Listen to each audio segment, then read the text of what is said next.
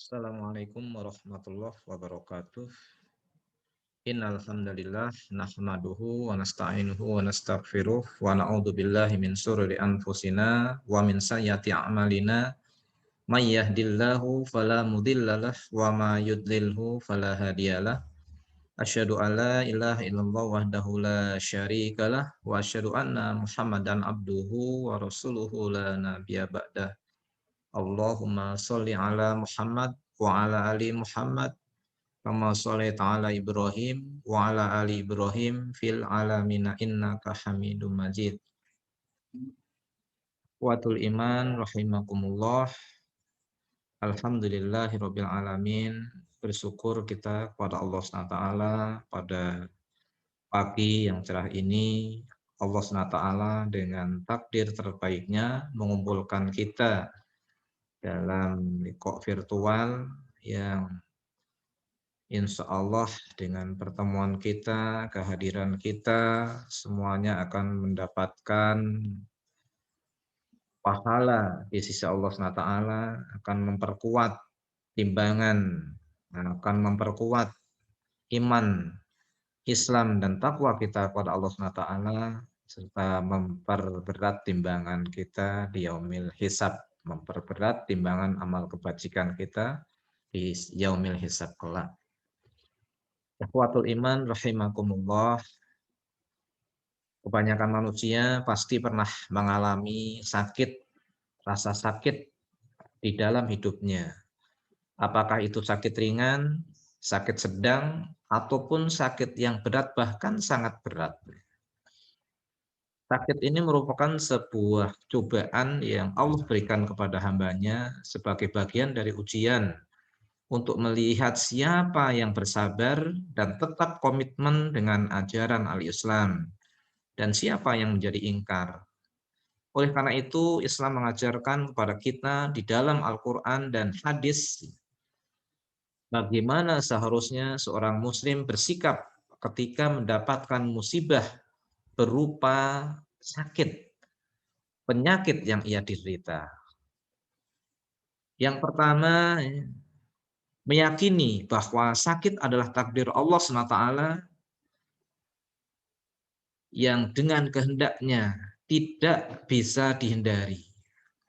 Setiap musibah yang menimpa diri manusia pada hakikatnya adalah kehendak Allah SWT yang sudah tertulis di dalam Lauhul Mahfudz, termasuk menderita sakit. Allah SWT berfirman, A'udzubillahi minasyaitonirrajim, Bismillahirrahmanirrahim. Ma asaba min musibatin fil ardi wala fi anfusikum illa fi kitabim min qabli an nabra'aha. Inna dzalika 'alallahi yasir. Yang artinya tiada suatu bencana pun yang menimpa di bumi dan tidak pula pada dirimu melainkan telah tertulis di dalam kitab Lauhul Mahfudz sebelum kami menciptakannya. Sesungguhnya yang demikian itu adalah mudah bagi Allah. Quran surat Al-Hadid ayat 22. Ikhwatul iman rahimakumullah. Terkadang orang yang telah menjaga diri dengan pola hidup sehat justru terkena penyakit. Akan tapi orang yang kelihatannya tidak peduli dan acuh, hidup sembarangan, malah terlihat sehat. Kita harus yakin bahwa sakit dan sehat adalah anugerah Allah. Dengan tetap melakukan ikhtiar terbaik untuk menjaga kesehatan. Seandainya Allah takdirkan seorang untuk sakit, setelah usaha maksimal untuk terhindar dari penyakit itu, maka ia harus tetap ridho dan sabar menerima ketentuan Allah tersebut. Tidak semestinya ia menggerutu dengan selalu bertanya, mengapa aku yang terkena penyakit ini, bukan orang lain? Semuanya harus diserahkan kepada kehendak Allah Subhanahu wa taala. Jika Allah SWT berkehendak, maka tidak ada satupun makhluk yang dapat menghalangi ataupun menghindarinya. Allah SWT menjelaskan Di dalam surah Al-Imran ayat 154, A'udzubillahi minasyaitonirrajim. Bismillahirrahmanirrahim. Yaquluna law kana lana minal amri syai'um ma qutilna hahuna. Qul law kuntum fi buyutikum labarazal ladzina kutiba alaihimul qatlu ila madaji'ihim. Mereka berkata, sekiranya ada bagi kita barang sesuatu hak campur tangan dalam urusan ini, niscaya kita tidak akan dibunuh atau dikalahkan di sini. Katakanlah, sekiranya kamu berada di rumahmu, niscaya orang-orang yang telah ditakdirkan akan mati terbunuh itu keluar juga ke tempat mereka terbunuh. Quran Surat Al-Imran ayat 154. Saudara-saudara ikhwatul iman rahimakumullah. Kemudian yang kedua, di dalam kita menerima takdir penyakit ini, yang kedua adalah menjaga keyakinan bahwa Allah Subhanahu wa taala yang menyembuhkan, yang Maha Penyembuh. Jika Allah Subhanahu wa taala yang berkuasa menurunkan penyakit, maka Allah pula lah yang berkuasa menyembuhkannya, bukan yang lain. Allah SWT berfirman, "Wa idza maridtu fahuwa yashfin." Dan apabila aku sakit, dialah yang menyembuhkanku. Quran surat Asy-Syura ayat 80. Inilah doa Nabi Ibrahim alaihissalam. Ikhwatul iman rahimakumullah. Kita sebagai orang mukmin, kaum muslimin harus menjaga keyakinannya bahwa kesembuhan penyakit sepenuhnya adalah hak prerogatif Allah, kehendak Allah SWT, bukan kehendak makhluk. Seringkali seorang yang menderita sakit, apabila sakit yang parah, beranggapan bahwa yang mampu menyembuhkan mereka adalah dokter atau petugas medis. Hati mereka bergantung pada dokter, bahkan seringkali mengiba dan berkata, "Tolong selamatkanlah nyawa saya, Dok." Yang sungguh mendahului ketentuan dan takdir Allah. Tolong selamatkan nyawa saya, Dok. Padahal yang memiliki nyawa, yang menyembuhkan dan memberikan penyakit bukan dokter, melainkan Allah Subhanahu wa taala. Walaupun menderita sakit yang parah, seorang muslim harus tetap mempunyai keyakinan yang lurus bahwa segala sesuatu hanyalah menjadi kehendak Allah Subhanahu wa taala. Apakah seorang akan menjadi sembuh atau tidak? Keyakinan bahwa Allah yang Maha menyembuhkan menjadi sebuah keyakinan yang final. Keyakinan bahwa makhluk mampu menentukan nasib seorang itu adalah keyakinan yang syirik, keyakinan yang harus dihindari. Rasulullah SAW bersabda, "Idza khalafa ahadukum fala yaqul masya Allah wasita walakil liyaqul masya Allah summa syi'ta." Apabila seseorang dari kalian bersumpah, janganlah ia mengucapkan atas kehendak Allah dan kehendakmu, akan tetapi hendaklah ia mengucapkan masya Allah summa syi'ta, atas kehendak Allah kemudian kehendakmu. Hadis riwayat Ibnu Majah. Kata summa, kemudian, ya, atau kemudian dalam hadis tersebut menunjukkan urutan tingkatan yang berarti menjadikan kehendak hamba mengikuti kehendak Allah Subhanahu wa taala, bukan sebaliknya.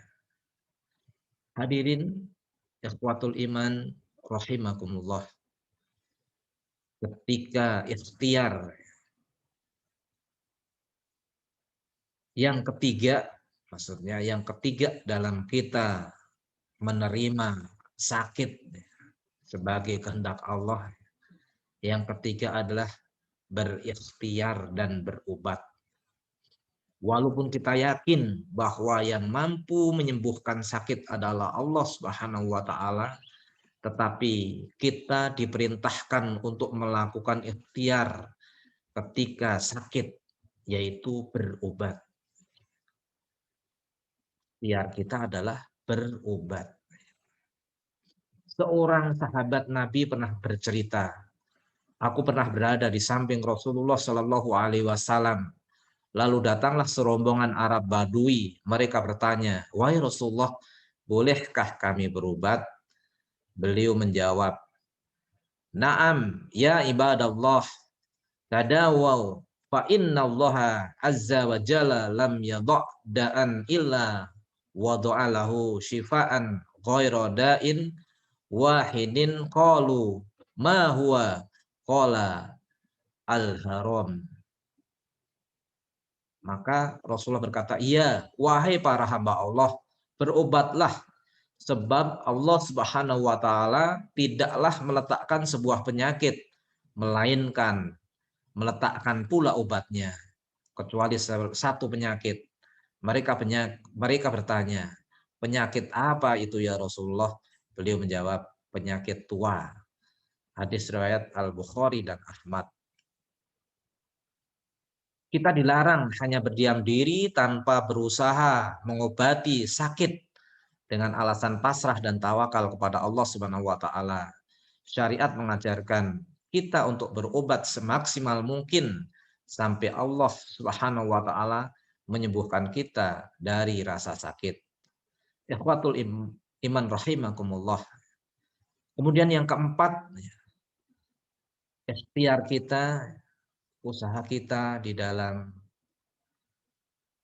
kondisi sakit adalah yang keempat, tidak berobat dengan yang haram. Ikhtiar menyembuhkan sakit adalah dengan berobat, tetapi tidak boleh dengan pengobatan yang haram. Rasulullah SAW bersabda, Innallaha anzalat da'a wad dawa'a wa ja'ala likulli da'in dawa'an fatadawa wala tadora wala tadawa fi haram. Sesungguhnya Allah telah menurunkan penyakit dan obatnya. Demikian pula Allah menjadikan bagi setiap penyakit ada obatnya. Maka berobatlah kalian dan janganlah berobat dengan yang haram. Hadis riwayat Abu Dawud. Ikhwatul iman rahimakumullah. Berobat dengan yang haram, maksudnya berobat tentunya dengan cara-cara yang di luar syariat. Contohnya adalah dengan memakai zat yang diharamkan, seperti mengkonsumsi daging babi, daging anjing, dan khamr. Bisa juga dengan cara yang haram, seperti memberi sesaji kepada roh atau jin, dan memakai jimat-jimat. Usaha berobat juga harus menggunakan cara yang masuk akal, dan sesuai dengan ilmu kedokteran yang telah melewati tahap-tahap penelitian yang standar, yang ilmiah, dan diyakini dapat meredakan suatu penyakit, bukan hanya klaim yang tidak bisa dibuktikan. Dalam konteks ini, diperbolehkan berobat dengan sarana ruqyah syariah, dengan syarat sesuai dengan apa yang dicontohkan oleh Rasulullah SAW, dan dengan doa-doa yang beliau ajarkan. Ikhwatul iman rahimakumullah. Sakit adalah ujian bagi seorang muslim yang bisa menghantarkan dirinya semakin dekat kepada Allah Subhanahu wa taala. Tetapi jika salah dalam bersikap, sakit bisa membawa seseorang masuk dalam perbuatan dosa dan terjerumus ke dalam kemusyrikan. Semoga Allah SWT menganugerahkan kita kesehatan jiwa dan raga. Dan semoga Allah SWT menguatkan diri kita dengan kesabaran jika ditimpa sakit. Apalagi di masa pandemi ini, kita ketahui pandemi yang berkelanjutan. Allah SWT menguji kita. Allah Subhanahu wa Ta'ala mencoba kita dengan pandemi yang berkelanjutan ini untuk memilih, untuk mengetahui siapa yang kuat di dalam melaksanakan ujian ini. Jika kita terkena ujian ini, jika kita terpapar COVID-19, hendaklah kita melakukan ikhtiar-ikhtiar dan senantiasa bertawakal kepada Allah Subhanahu wa Ta'ala. Ikhtiar-ikhtiar yang sehat, yang sesuai dengan syariat. Dan juga sebagai ikhtiar kita, mari kita tetap menghindari dari penyakit tersebut dengan protokoler kesehatan yang ketat. Kita jaga nyawa kita jaga kesehatan kita jaga keluarga kita. Semoga Allah SWT senantiasa memberikan kesehatan dan kebahagiaan buat kita semua. Mungkin itu yang dapat saya sampaikan dalam pertemuan liqo virtual pada pagi hari ini. Semoga bermanfaat. Billahi taufiq wal hidayah wal inayah. Wassalamualaikum warahmatullahi wabarakatuh.